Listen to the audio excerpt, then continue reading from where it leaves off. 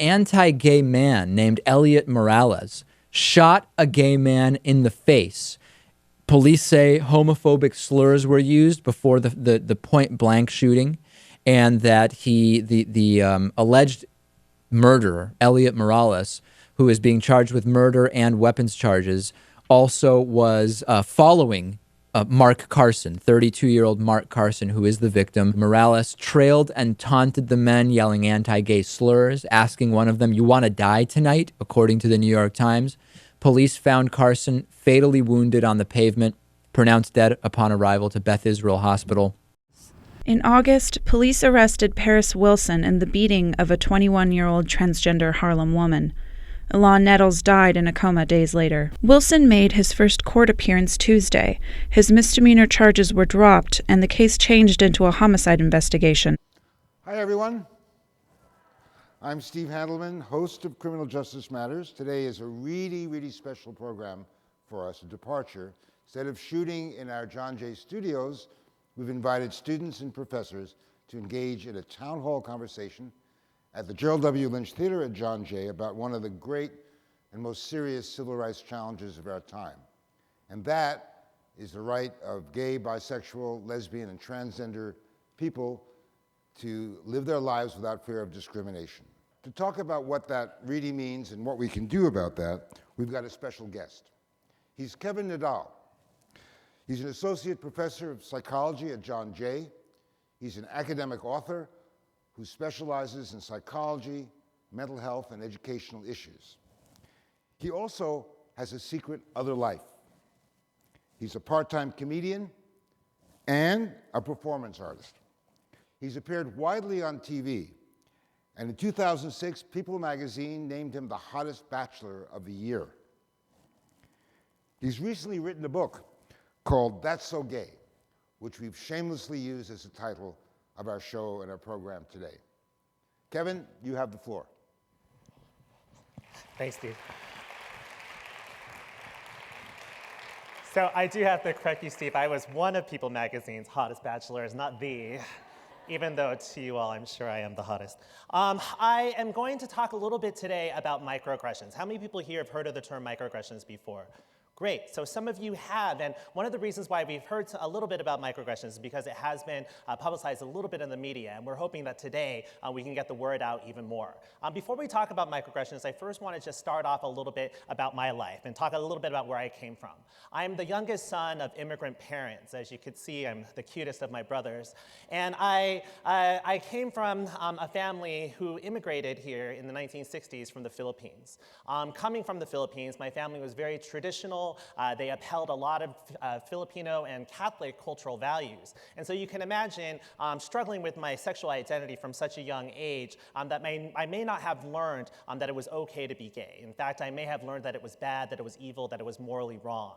And so as a kid, it was very difficult for me to come out of the closet. Being the youngest of three boys, we were taught to like a lot of sports and to be really into traditionally masculine things. So not only were we taught to be men and to not cry, and the message is that boys don't cry, we also played basketball and baseball and every other masculine sport that you can think of. As you can see, I didn't like playing sports. I was so upset. This is my basketball uniform. I'm sure there were pants involved, but I wanted to make it into a mini. And I was miserable. I hated being traditionally masculine. I would rather be in my art classes, in my dance classes, and in choir. And in fact, I was happiest when I could pretend I was a runway model or when I could dance. On the left is me serving you fierce 7-year-old realness. And on the right is me in a modern jazz dance class because I begged my parents to put me into modern jazz dance. Now, when I came out in my 20s, when my parents were confused when I told them I was gay, I said, I took modern jazz dance when I was 7 years old. I was a kid who was happy most of the time. And again, this pose is called Fierce Realness Part 2. And I was happy. I loved life. I loved my family, but I held on to a secret. I held on to the fact that I was gay. I held on to the fact that I had to hold on to this identity and that I didn't ever think that I would ever fully be able to come out of the closet. And so this happy kid kid actually wasn't happy all the time. And this happy kid actually went through what a lot of LGBT kids go through, things like depression, suicidal ideation, and experimentation with substance abuse. I think one of the other reasons why it was so difficult for me to come out of the closet was because I had to deal with microaggressions. Microaggressions, as some of you might know, are these subtle everyday behaviors that send negative messages to people based on various identities, and in this case, their LGBTQ identity. I recently wrote a book called That's So Gay, which was published last year, and in BuzzFeed, I submitted some photos that were featured in this BuzzFeed article. You all like BuzzFeed? Yeah, see, the young people, you all love BuzzFeed. When I was your age, we had newspapers. So I asked people to submit examples of microaggressions in their everyday life. This first young man says that people have said to him, no homo. So similar to that's so gay, no homo is a very common phrase that people use. And basically what it means is that when a heterosexual man touches another man, that by saying no homo, that magically makes him not gay. Which is funny because when you were touching my tie or helping me fix my collar, you had gay thoughts the entire time, which probably makes you a little gay. The next slide is this woman who says that men sometimes say to her, that's cool as long as I can watch. Now, heterosexual men, I don't know why you think it's okay to go up to beautiful young women or queer women, bisexual women, and tell them that it's okay, or that you want to join a three-way with them. They don't want a three-way with you. Look how beautiful this woman is. Do you think she wants to go with your beautiful, unbeautiful, mediocre-looking self? This man says that he often gets approached by people who assume that because he's gay, he would be attracted to everybody. Sometimes the men will come up to me and say, hey, Kevin, that's cool that you're gay, but just keep your hands off of me. And I'm like, seriously, look at me and look at you. This woman says that sometimes people ask her, who's the man in the relationship? And the answer is, no one, they're lesbians. This person says that this person is oftentimes told that I'm not being homophobic, you're just being too sensitive. No, you are being homophobic, and you're actually an asshole too. This person works at John Jay, and his quote is that somebody has said to him, you're so Jack on Will and Grace, and his answer is actually, no, I'm Grace. I know what you mean, I'm actually Rosario. And my question that I get a lot is I'm at a public event and somebody will say, hey, so where are your wife and kids? And I say, in my parents' imagination. Thank you. That's great, Kevin. That's great. So let's have a little bit of a discussion before we open it up to questions. So what's the beef here? I mean, gays, lesbians, bisexual people are so much out in our society today. They're in the U.S. Army, U.S. Army generals, they host talk shows, they do performance artists. So what's the issue with microaggressions? Why should we have to worry about that? That's human nature, isn't it? Yeah, sure. I mean, I think we have made a lot of significant strides for equality in the lesbian, gay, bisexual, and transgender community. And I think because of that, a lot of times people will say, that's not an issue anymore, that's something we don't need to worry about. The problem is that there still is significant systemic, institutional, interpersonal discrimination against LGBT people that still occurs on an everyday basis. I mean, the clips alone just showed that hate crimes are still rampant and on the rise. And even here in New York City, the place that we like to think of as being the most diverse and multicultural place in the universe is still a place where LGBTQ people can't come out of the closet and live their lives the way they'd like to. But you can't criminalize microaggressions, right? That's the difficult part about microaggressions. We have laws that protect against hate crimes. We have laws that protect against sexual harassment or racial discrimination in the workplace. But in most states, if you were to discriminate against an LGBT person, it would be legal. And that's why we're trying to pass the Employment Non-Discrimination Act. And with microaggressions specifically, they don't quite fit some of those policies or those laws. That while sexual harassment is something that can be defined, and you could state that something is sexual harassment, these little things, sometimes they're so little they can't be proven, and so then nothing gets done about them. Let's get a little bit more personal here. Have you run into the kind of microaggressions that would rise to the level of hate crimes or outright discrimination? I mean, I'll tell you this. I'm no longer one of People Magazine's hottest bachelors because I got married. And my husband and I... Congratulations. Thank you. And my husband and I... Oh, you're so sweet. We're registered at honeyfund.com. Thank you. And one of the things that we have to deal with on a real life, everyday basis walking around in New York City is determining whether or not we can even hold hands in New York City. I can't hold my husband's hand in public sometimes because we're afraid that if anything, we could be murdered or assaulted, or even that we would have to deal with insults, with looks of disgust, and things that heterosexual people don't have to worry about. As we saw from the clip that we Yes. just saw, that's still. Well, let's turn it over to the audience. I'm sure a lot of you have ideas, maybe even have some experiences about this issue that you'd like to share with us. And what we'd like you to do is ask your questions. I invite you to do that. Don't be shy. Come up to the mic. Hi, Kevin and Adele. I'm Saad. I'm a second semester freshman here at John Jay. My question to you is, what's the most discriminative or the most racial slur, insult that's been given to you? Against the LGBT community? Yeah, or to you personally, whichever. I think with LGBT people that there are a lot of different slurs that we might experience. I think people say, things I don't even really want to repeat, but that exist. And so slurs are those things that may or may not necessarily be classified as microaggressions because they're so assaultive and overt and intentional. But some of the language that might be considered more microaggressive are things like when people say, "That's so gay," to connote that something is bad or weird. Why are we even saying that something is so gay? This water bottle can't be that gay. It doesn't have a sexual orientation, right? Why don't we just say, "I don't like this water bottle. It doesn't taste good."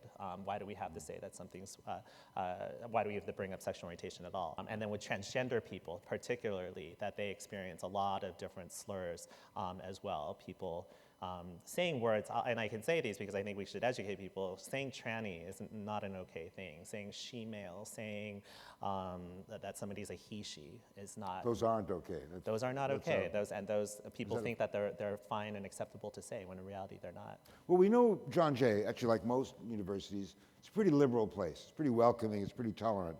But I'm sure that even at John Jay, there are issues where microaggressions against people of different sexual orientation or outside of the mainstream sexual orientation occur. Have any of you felt any of that? Have you seen some of those instances, maybe with some of your friends that you'd like to talk about? Maybe if you raise your hands, and how many have run into that? Yeah. I see about 10 or so hands raised. Does anybody want to come up and talk about that? We have a brave volunteer. Hi, my name is Anjali. I'm a junior here at John Jay. I'm straight, but I went to fashion high school, high school fashion industry, so I was always surrounded by LGBT community. But something that bothered me here at John Jay was actually last semester. I have this group of heterosexual male friends who every time they have an encounter that seems gay, they do 10 push-ups. Or they push each other to do 10 push-ups. Like, they'll say, "That was homo, do 10 push-ups." How do you, for a person like me who's straight, how do you advise I kind of approach these situations and kind of like shut them down or like tell them that it's not okay?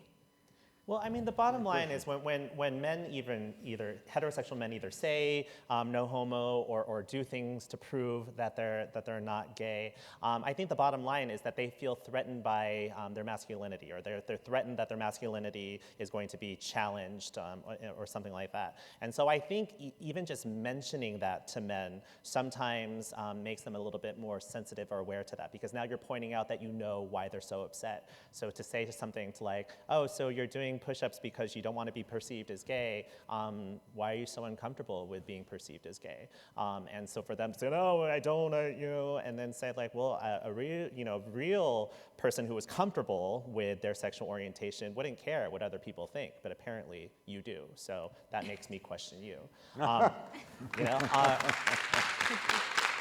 You can respond. It just gets me to think about like bullies, especially bullies like in high school and I imagine even in college too, where they pick on the one frail, weak kid. What's that about? Why are you picking on this kid? Why are you also even assuming that this kid is gay? And even if they are, who cares? Why are you so threatened that this gay kid exists? And I think, this makes me think about some of the research studies that have been emerging where they're finding that heterosexual men who are the most homophobic are actually those that are most aroused by homosexual acts. So they have these experimental designs where they actually measure sexual arousal, and then they make these men, college heterosexual proclaimed men, to watch homosexual porn. Can I say gay porn, right? Now, if there's anything that's going to get people angry, is a statement like that, I think. Yeah, but that's what happens, and then so the studies are showing that why are they getting aroused by this versus liberal, open-minded people who aren't homophobic aren't getting aroused by it. So perhaps people who are so uncomfortable with their sexuality, it's because they are uncomfortable because maybe they have some same-sex attractions themselves. Two more questions. Anybody had really bad experiences on campus or off campus? Yes, please. Hi, Kevin. How are you? Hi, how are you? My name is Jill. I just wanted to say with my experiences with microaggressions, it tends to come from a lot of people that I'm close with. Even in like a friend group, they tend to say things like, or actually with a family example, like, how come you don't have a boyfriend yet? Just simple things like that.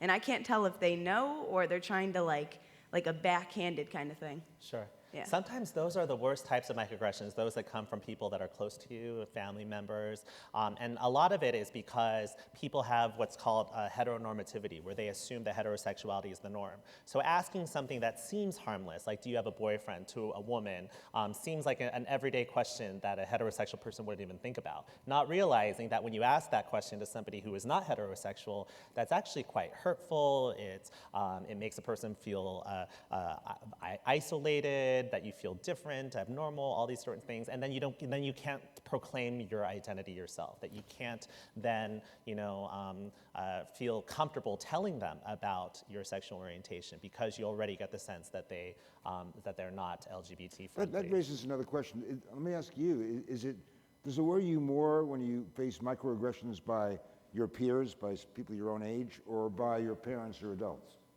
I'd say it's tougher when it comes to like parents and adults just because it's so personal that way. You feel like, because I've already told them, so they should know. So I feel like a question like that is like a backhanded way of saying more so like, why don't you have a boyfriend? Right. It's especially hard when you've already told them. A lot of LGBT people have come out to their families like 10 times, and their families still don't get it. But you're right. I think it is an indirect way of them showing that they're not comfortable with your identity. Thank you. You have someone here? Yes? So my name is Amalia, and I'm a grad student here at John Jay. I actually wanted to bring up something that happened yesterday. I was on Facebook, and a friend posted this article that talked about the term girl crush. And the reason why she posted it was because she said that actually offended her because she identifies as part of the LGBTQ community, that when a straight woman uses this term, that it actually really upsets her because it's another way of saying like no homo. I saw later in the day that there were like 20 different posts following after, so I decided, and I don't know why, I may be like masochism, but decided to like read it, and there was someone there that, a few people actually, that were really adamant that this isn't a big deal, like you're just being really sensitive, like you shouldn't feel bad, this is just someone expressing that they like someone, but they also identify as straight. And she went on there explaining that, like, I don't think it's okay for you to tell me how I should feel about this, how this should affect me. So I just was wondering if Dr. Kevin Nadal, you can talk a little bit more how that can play a role in people's life and how they should address when someone tells you like you're being too sensitive. See, the problem with microaggressions is that a lot of times they're very ambiguous, innocuous, that people don't realize, or people don't think the same way about them. And as a result of that, people don't realize that there could be lots of interpretations to these experiences. And so while a person may be well-intentioned in saying something like that, like a girl crush, that they don't realize that perhaps it might be offensive to a recipient or a target or somebody who has to observe it. And I think that is one way to approach microaggressions, is to say, okay, I understand that this is not what your intention is, but you have to understand that when you say or do certain things, or whatever the example is, that it offends me, and that's my feeling, and that's my experience. I think The harder part of it is when people will then point the finger at you and say, you are being too sensitive, you are being paranoid. What I think is helpful nowadays is now that there's so much literature and research, empirical research on microaggressions that say that this actually happens and this actually affects people's lives, you have something to back it up with and say, this isn't just a me thing, this is something that many LGBT people experience. And so, to validate that this is how I feel. I think that's one way that we're missing each other, is that we're so intentional on trying to get the person to believe what we're saying, and particularly when it comes to any of these issues, race, gender, sexual orientation, we don't want to be perceived as racist or homophobic, and so I'm going to convince you that I'm not homophobic, as opposed to saying, I'm sorry, I didn't realize that upset you. I may not agree with you, but I'm sorry that I upset you. Let me ask, we have another question here. Hey, Kevin. My name's Charlene.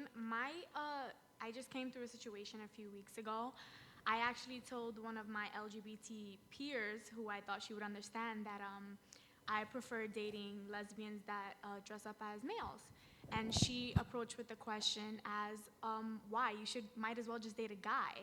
And it was uncomfortable because she identifies as bisexual. And actually today I spoke to her and I told her that I am open to dating trans as well. And she gave me this weird look like, what, why? And my question to you would be basically, how do you deal with situations like that? Thank you. Thanks for sharing. I think, one thing that this is a good example of is that LGBT people can microaggress against each other. And I think one of the reasons why LGBT people can microaggress against others is that because we grew up in the same society, so we've learned the same messages that heterosexuals have learned. And so while LGBT people might identify as, lesbian, gay, bisexual, or whatever, transgender, or whatever, that we've still learned what these ideals of what is considered normal or acceptable. So it's okay for you to be gay as long as you're a straight acting gay. It's okay for you to be a lesbian as long as you're a feminine lesbian. We've learned internalized these messages as well. It's okay for you to be trans as long as you pass. And you're taking your hormones or you're undergoing gender-affirming surgeries, it's okay. But if you're in those transition phases, we don't like that. You don't look, whatever, and I don't want to have to deal with you. Again, that's very typical of any victim of discrimination. So in dealing with something like this, I think education is important, to just say, like, look, I understand that you may be attracted to a certain type of person, but I'm attracted or open to all kinds of people, and this is my experience. This is not, something that you can define for me. I am the master of my own life. Thank you very much. We have another question here. Hi, my name is Marsha, and with the discussion with my friend of mine, heterosexual friend of mine, she asked me one time, she said, if you're gay and you want to be so different, why do you want the same rights as straight people? And with me being so frustrated and trying to tell her all the other things, to get her to understand me, I just gave up. So how do you keep from giving up? Yeah. It's tough because I feel like sometimes when there are these arguments that we have, and that the more and more we try to convince the other person that we just want to have the same rights that you have, that it can feel so personal and can feel really overwhelming when they just can't see that. Sometimes microaggressions, I think it's okay to walk away. We mentioned confronting some of these things. But if it's gonna cause you a lot of heartache to try to get your point across to somebody that doesn't wanna listen, for your own mental health, it might be okay to just walk away from the situation. I'm thinking about a time, like a couple things. One is like you have that homophobic uncle who says a lot of things all the time and you've already corrected him. I think this is a lot of times why LGBT people might sometimes limit some of their relationships with people, and sometimes I think that's okay, because if going back to the same source of hurt is going to cause you additional hurt, then I think it's better to take care of yourself sometimes. That's a really profound point, I think, to make.